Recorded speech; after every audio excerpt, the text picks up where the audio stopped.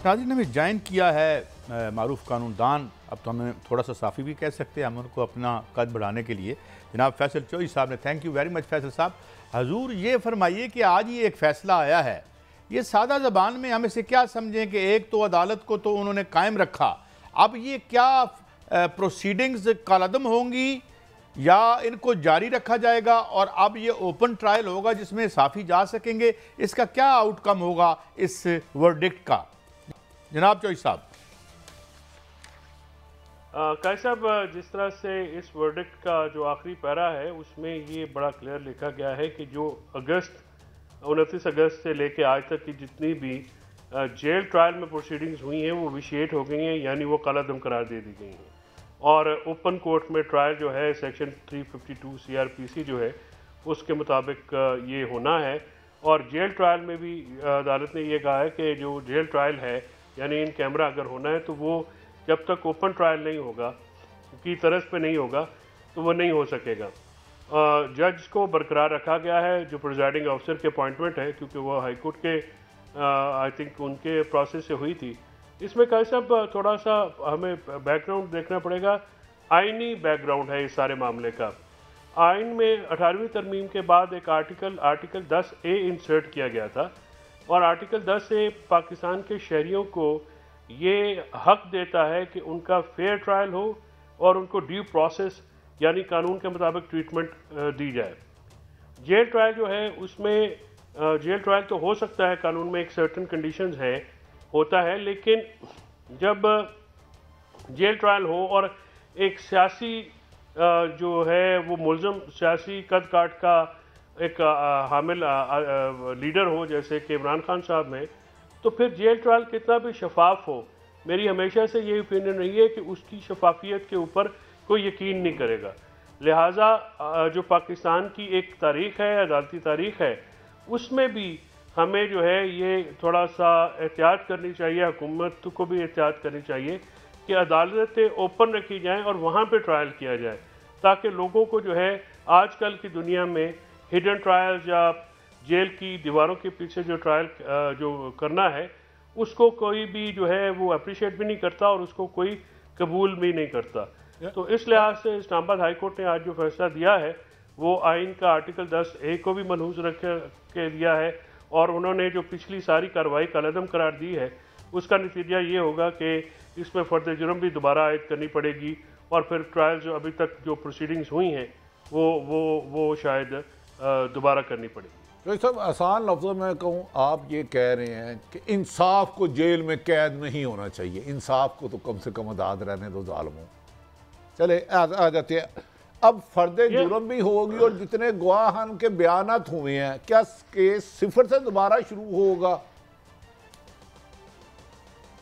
इस फैसले में जो लिखा गया है उससे तो यही जाहिर होता है कि ये केस जो है वो इब्तदा से दोबारा स्टार्ट होगा और ओपन अदालत में जिसको मीडिया भी कवर करे, जिसको वकला भी देखें, आम लोग भी देखें। असूलन तो वैसे ही होता है, लेकिन क्योंकि सिक्योरिटी की वजूहात होती हैं तो रिस्ट्रिक्टेड एटमॉस्फेयर तो पहले भी होता है कि आप वकला जो है उनकी टीम है उनसे नाम लेते हैं, प्रोसिक्यूशन से और डिफेंस से वो लोग आ जाते हैं। वजूहात है तो आज नवाज शरीफ साहब गए हैं तो उनके साथ तो सैकड़ों लोग थे, इससे पहले भी गए हैं। सिक्योरिटी की वजूहात सिर्फ और सिर्फ तरीके इंसाफ के चेयरमैन के लिए है कि बाकी के लोगों के लिए भी है?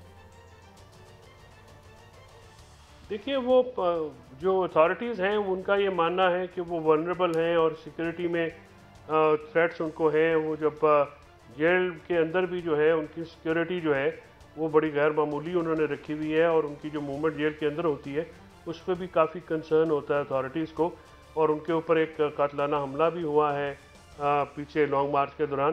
तो नेचुरली अथॉरिटीज़ जो हैं वो उनको सिक्योरिटी थ्रेट तो उनके ऊपर है। कातलाना हमला जिसने किया था ये भट्टी साहब, वो कौन था, वो कहाँ इस वक्त? क्योंकि जिस पर कातलाना हमला हुआ है, जिस पे 180 से 200 मुकदमा था, वो जेल में डयाला। कातलाना हमला वाले को कोई सजा हुई है जिसने की थी तरीके इंसाफ के चेयरमैन इमरान खान पर? वजीराबाद था गालबन, अगर वो है भी पाकिस्तान में। मेरा उस पता नहीं है, जो लास्ट मैंने खबर सुनी थी मेरे ख्याल में वो तो जमानत पे रिहा हो चुके हैं। बहरहाल वो केस अलहदा है, ये केस अलहदा है। इस केस को देखिए भट्टी साहब, जो आपने वर्ड इस्तेमाल किया ना, इंसाफ सिर्फ होना नहीं चाहिए, होता हुआ नज़र भी आना चाहिए। अच्छा, इंसाफ का होता हुआ नज़र आना ज़्यादा इम्पॉर्टेंट होता है। बिल्कुल, श्योरली। अच्छा, कुछ ऐसी बातें भी सामने आई थी कि जब जेल में ट्रायल हो रहा था तो कुछ सबूतों के बारे में वकला ये कह रहे थे कि वजाहत मांगी गई, तो कहा गया कि जी नहीं, ये तो हम वजाहत नहीं कर सकते because it is a national secret. अब इस ट्रायल की नौयत क्या होगी जब ये ओपनली होगा? तमाम नहीं तो कुछ साफ़ी तो होंगे, और वो जो शवाहिद हैं जिनकी बुनियाद पर उन्हें बरी या कॉन्विक्ट किया जाता है, क्या वो पब्लिक डोमेन में उनको हमें उस तक रसाई होगी? अब इस ट्रायल की नौयत क्या होगी? देखिए काजी साहब, उस जो उनके इल्ज़ामात हैं, आम ट्रायल्स में जो भी होता है उसमें तो एक्सेस होती है, पब्लिक रिकॉर्ड होता है, पब्लिक प्रोसीडिंग्स होती हैं, तो मीडिया की भी रसाई होती है। और मीडिया की रसाई का मतलब है कि आम लोगों के ऊपर तक इंफॉर्मेशन पहुंचती है। तो इस इंफॉर्मेशन को जो है वो लोगों से विदहोल्ड तो नहीं किया जा सकता आजकल के ज़माने में, या जो स्टैंडर्ड इस वक्त फेयर ट्रायल के पूरी दुनिया में नाफिजुल अमल है, उसमें तो ये सारी चीज़ें आपको देनी पड़ेंगी। लेकिन इसमें एक और भी जो बात जो मैंने मीडिया में रिपोर्ट हुई स्टेटेडली, उसमें तो ये था कि जो साइफर का जो डॉक्यूमेंट है वो भी नहीं है। वो फिर अगर साइफर का डॉक्यूमेंट, क्योंकि वो सीक्रेट है, वो मेरा ख्याल में जब ये ट्रायल किया गया तो ये बारीकियों को जिसने भी तैयार किया शायद उनको सामने उन्होंने नहीं रखा। तो साइफर का ट्रायल बड़ा मुश्किल ट्रायल इसलिए है कि जो डॉक्यूमेंट आप ये कह रहे हैं कि जिसके मुंदरजात जो हैं वो पब्लिक किए गए हैं, तो वो डॉक्यूमेंट अगर रिकॉर्ड पे नहीं हो या पब्लिक एक्सेस, फिर कैसे पता चलेगा कि कौन से मंदरजात जो हैं वो पब्लिक हुए और कौन से नहीं होने चाहिए थे? तो ये चीज़ें जो हैं फिर ये कॉम्प्लिकेट हो जाती हैं। तो खैर ये तो अभी सब जुडिस मामला है, अदालत में है, अदालत ने फैसला इसका करना है।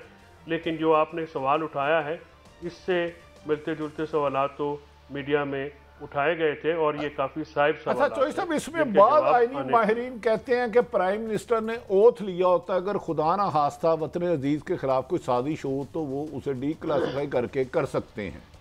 बाद आईनी माहिरीन कहते हैं साइफर बनता नहीं। अब जो आज जो उन्होंने इसको गैर कानूनी करार दे दिया, क्या सुप्रीम कोर्ट में इमरान खान साहब की जमानत के आसार हैं? क्या आप समझते हैं एज ए आईनी माहिर कि ये केस कमज़ोर है, ये बहुत मजबूत है? एक आपकी भी तो आईनी राय है ना।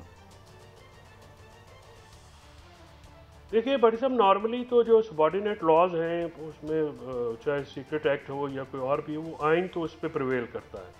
यानी एक अगर कोई हुक्म या आइन के ताबे हो और कोई दूसरी हुक्म सबॉर्डिनेट लेजिस्लेशन सानवी कानून साजी के तहत हो, तो उस पर प्रिवेल तो आइन ही करेगा। देखिए अब ज़मानत होगी या नहीं होगी, वो तो कल सुप्रीम कोर्ट में जो प्रोसीडिंग्स होगी तो उस वही पता चलेगा। लेकिन बट साहब, मेरी जो जनरल ओपिनियन ये है या मेरा मैं ये मानना है कि सुप्रीम कोर्ट से अगर ज़मानत जो है लोगों को नहीं मिलेगी तो फिर कहाँ से मिलेगी? दुनिया भर में ज़मानत को एज ए राइट जो है वो दे दिया जाता है। हमारे यहाँ पे ज़मानत का जो कानून है वो मुखासमत या मुखालफत को बरूए कार ला के जो है उसके मिसयूज़ किया जाता है। और शायद खान साहब पहले लीडर नहीं हैं जिनके खिलाफ ये केस जो है या ज़मानत ये कानून इस तरह इस्तेमाल किया। जो पीछे लीडरान गुजरे हैं उनके ऊपर भी ये मामलात को इस तरह से किया गया। तो इसको सुप्रीम कोर्ट कल देखेगी। मेरी जनरल ओपिनियन में सुप्रीम कोर्ट से ज़मानत जो है वो मिलनी चाहिए, ताकि और वो उसका सुप्रीम कोर्ट के इदारे का भी तकाजा, मनसब का भी तकाजा ये है कि अगर वहाँ से ज़मानत नहीं मिलेगी तो फिर कहाँ से मिलेगी।